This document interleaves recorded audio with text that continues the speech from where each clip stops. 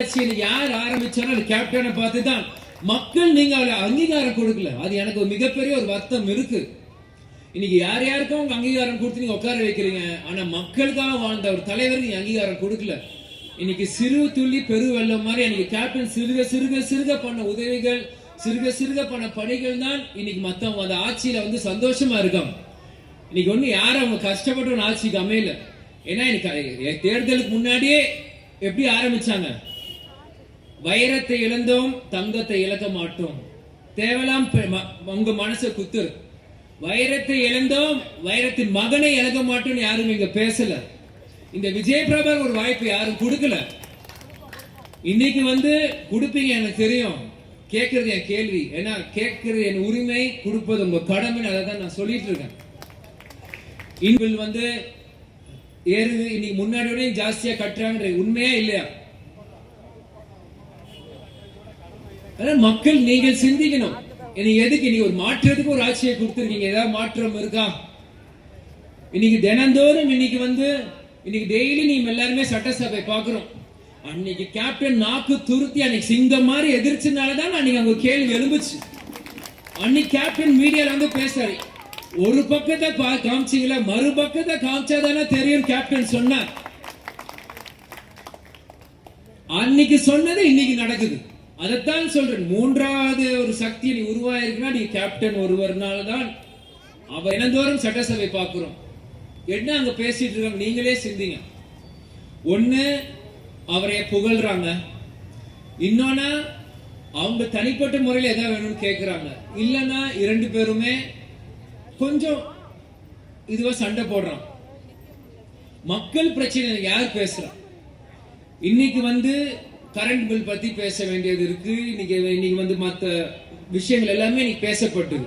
ஆனா நிர்மல் குமார் அவர்கள் எப்படி ஆரம்பிக்கிறார், கரூர் கம்பெனின்னு ஆரம்பிக்கிறாரு.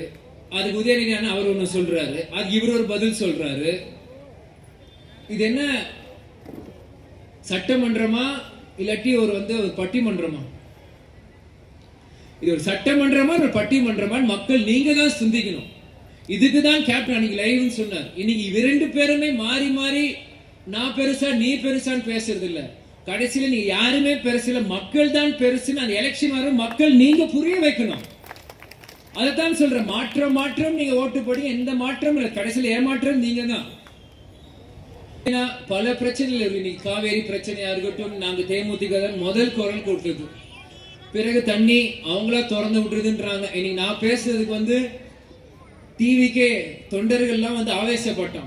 நான் சொன்னது ஒண்ணு, அவங்க புரிஞ்சுக்கிறது ஒண்ணு. அதே சட்டமன்றத்தில் நடக்குதோ அதே தான் அவங்களோட ரீல்ஸ்லயும் நடக்குது. இன்னைக்கு நாங்க சொல்லி தண்ணி வந்ததுன்னு நினைச்சுக்கிறாங்க, இல்ல அவங்க சொல்லி தண்ணி வந்ததுன்னு நினைச்சுக்கிறாங்க. அங்க தண்ணி டேம்ல ஃபுல் ஆயிடுச்சு, அவங்க திறந்து விட்டாங்க, அது வந்துருச்சு. ஆனா இன்னும் கடைசி டெல்டா பகுதி வரைக்கும் தண்ணி சேரல. இதெல்லாம் நம்ம ஏதோ சொன்னா நம்ம வந்து தப்பா சொல்றவங்க மாதிரி அப்படின்னு கொண்டு வரோம். இன்னைக்கு நீட் தேர்வுக்கு வந்து இந்தியா முழுவதுமே வந்து போராடுறாங்க. நீட் என்பது ஒரு சின்ன துறை. டாக்டர், இன்னைக்கு டாக்டர் மட்டுமே தான் வாழ்க்கையா? இன்ஜினியரா போறலாம், ஆர்கிடெக்டா போலாம், நடிகரா போலாம், வக்கீலா போலாம். ஆனா அந்த தண்ணி பிரச்சனை வரும்போது இத்தனை சிட்டி சென்னையில பேசுறேன். how many Gen Zs are there in Chennai city who all supported Gen Z? இது லேட்டஸ்ட்க்கு இன்னைக்கு தமிழ்நாட்டுக்கு தண்ணின்றப்ப எத்தனை Gen Z ஒண்ணு கூடுனீங்க? இன்னைக்கு அவங்க அண்ணன் டிவிக்கு நம்ம விஜய் அண்ணன் ஆட்சியில் இருக்காரு, நம்ம விஜய் அண்ணன் சப்போர்ட் பண்றேன். நம்ம ஏதாவது பேசினா அண்ணன் எதிர்த்து பேசுறோம், நீங்க எல்லா ஜென்சியும் கம்முன்னு இருக்கீங்க.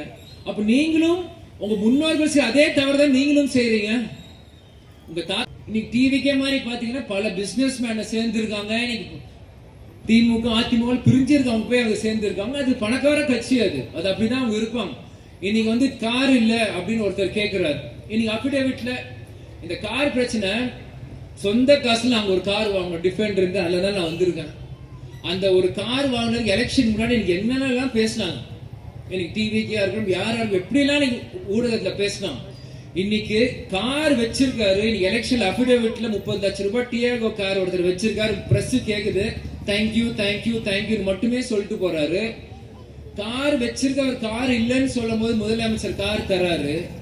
கார் இல்லாதவங்க மக்கள் பிரச்சனை இருக்காம அதுக்கு எதுவுமே பேச மாட்டேங்கிறாங்க. இதுல உங்களுக்கு என்ன புரியுதுன்னா, பொய் பித்தலாதெல்லாம் இங்க அங்கீகாரம் இருக்கே தவிர உண்மைக்கு இங்க அங்கீகாரமே கிடையாது.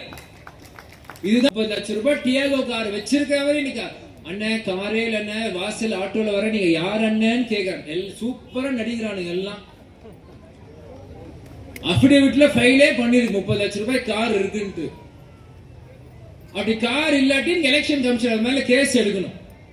உங்ககிட்ட கார் இல்லாட்டி அப்ப அபிடேவிட்ல ஃபெயில் பண்ற, அப்படி இருந்தா மக்கள்கிட்ட இல்லைன்னு சொல்றீங்க. இன்னைக்கு யாருமே வந்து கார் வேணும்னு கேட்கல. அன்னைக்கு பாடசாலை சொன்ன மாதிரி எல்லா தொகுதியும் ஃப்ரீ ஆம்புலன்ஸ் கொடுங்க, கவர்மெண்ட் ஸ்கூல் பசங்களுக்கு ஃப்ரீ பஸ் விடுங்க, ஃப்ரீ பிக்கப் சர்வீஸ் பண்ணுங்க. எதுக்கு காரு? மக்களை எம்எல்ஏ ஜெயிக்க வச்சிருக்காருன்னா இன்னைக்கு அவர் மக்கள் பிரச்சனை. இன்னைக்கு அவருக்கு ஒரு சம்பளம் வருது, மக்கள் 1 lakh சம்பளம் வருதுன்னா அது நீ டவுன் பேமெண்ட் கட்டி ஒரு 50,000 இஎம்ஐ கட்டி நீ சொந்த வண்டி நீ வாங்க வேண்டியது தானே.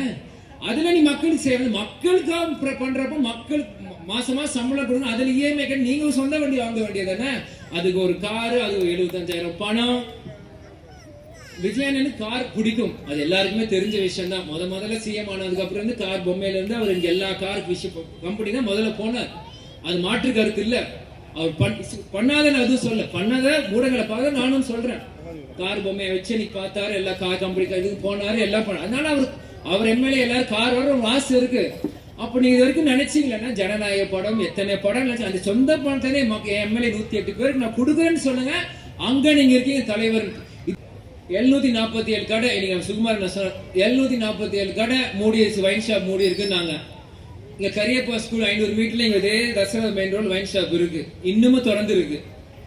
அது சாட்சியா நீங்க 10 அண்ணனுக்கு வந்து சைட்ல வந்து ஆக்ஷன் பண்றேன் அப்படின்றாங்க. அப்பயே தெரிஞ்சு வைன் ஷாப் ஓடிட்டு தான் இருக்குன்ட்டு. எந்த சம்பந்தமே இல்லாம விஜய் பிரபாகர் நான் பார்த்தேன்.